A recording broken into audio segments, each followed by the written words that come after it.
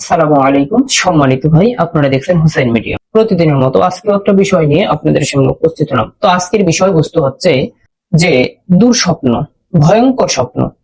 জাদুগ্রস্ত ব্যক্তি যারা আছেন তারা এমন সময় এমন এমন স্বপ্ন দেখে থাকেন যে এই স্বপ্নটার কারণেই যেদিনই স্বপ্ন দেখেন তার পরের দিনে সে প্রচুর পরিমাণে অসুস্থ থাকেন। এমনকি আপনার প্যারালাইজড পর্যন্ত হয়ে যায় একটা স্বপ্নর কারণে। মানে আপনার শরীরের কন্ডিশনটা এমন হয়ে যায় যে আপনার শরীরে বল শক্তি বলতে কিচ্ছু থাকে না। আপনার এই স্বপ্নটা কেন হয়, কারণ কি, ছোট্ট করে ব্যাখ্যা আমি আপনাদেরকে দেব। আর কোন আমলটা করলে এই স্বপ্ন ভয়ঙ্কর চালান করার মাধ্যমে যদি আপনাকে কেউ স্বপ্ন দেখার পরিকল্পনা করে, এই স্বপ্ন দেখাইয়া সে বাস্তবায়ন করতে পারবে না, আপনার কাছে সে সফল হতে পারবে না ইনশাআল্লাহ। এমনই আপনার কাছে আমি একটি আমল শিখিয়ে দেবো ইনশাআল্লাহ। এটা আপনাদের জন্য, প্রত্যেকটা ব্যক্তির জন্য গুরুত্বপূর্ণ। আসুন এই বিষয়টা নিয়ে পুরো ভিডিওতে বিস্তারিত আলোচনা সংক্ষেপে থাকছে। তো ভাই, মূল আলোচনায় যাওয়ার আগে একটি কথা না বললে নয়।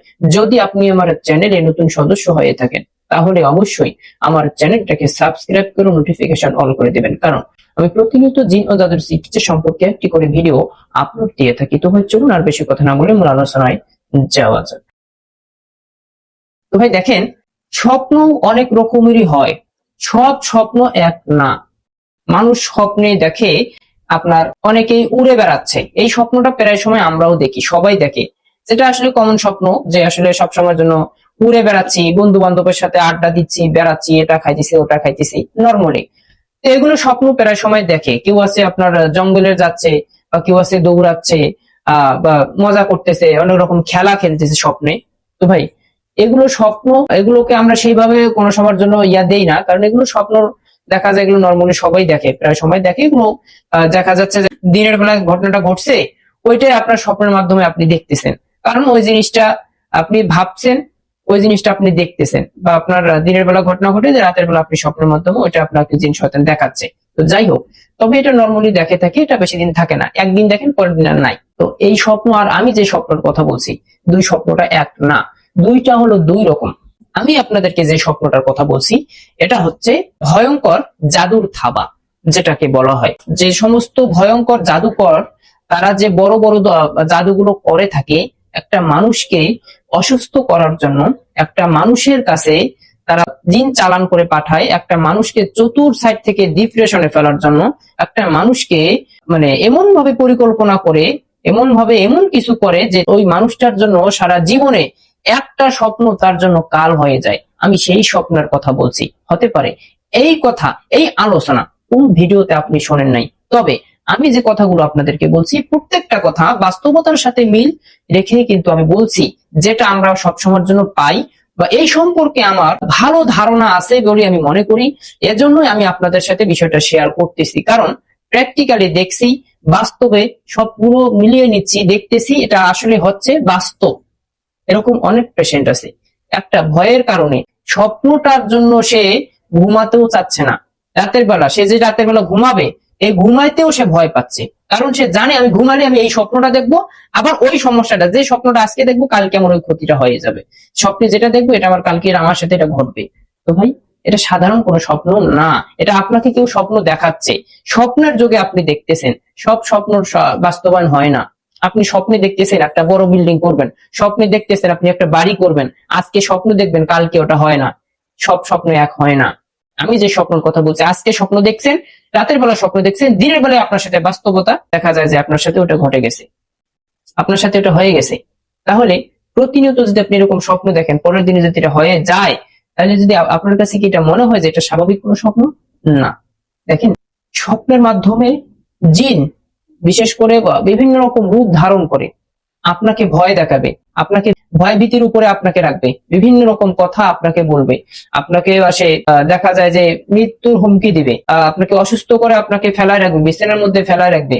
আপনি স্বপ্নে দেখতেছেন, পরের দিন আপনার সাথে সেম ওই ঘটনাগুলো ঘটতেছে। তো ভাই দেখেন, স্বপ্ন কিন্তু আবার অনেক সময় দেখা যায় স্বপ্নের মাধ্যমে আপনাকে এসে সাপে কামড় দিচ্ছে, আবার পরের দিন ঠিকই দেখতেছেন আপনার যে জায়গার মধ্যে স্বপ্নে সাপ কামড় দিছে ওই জায়গায় পরের দিনে ঠিকই দেখতেছেন যে ওখানে দাগ আছে, এমনকি ওই জায়গায় ব্যথা করতেছে।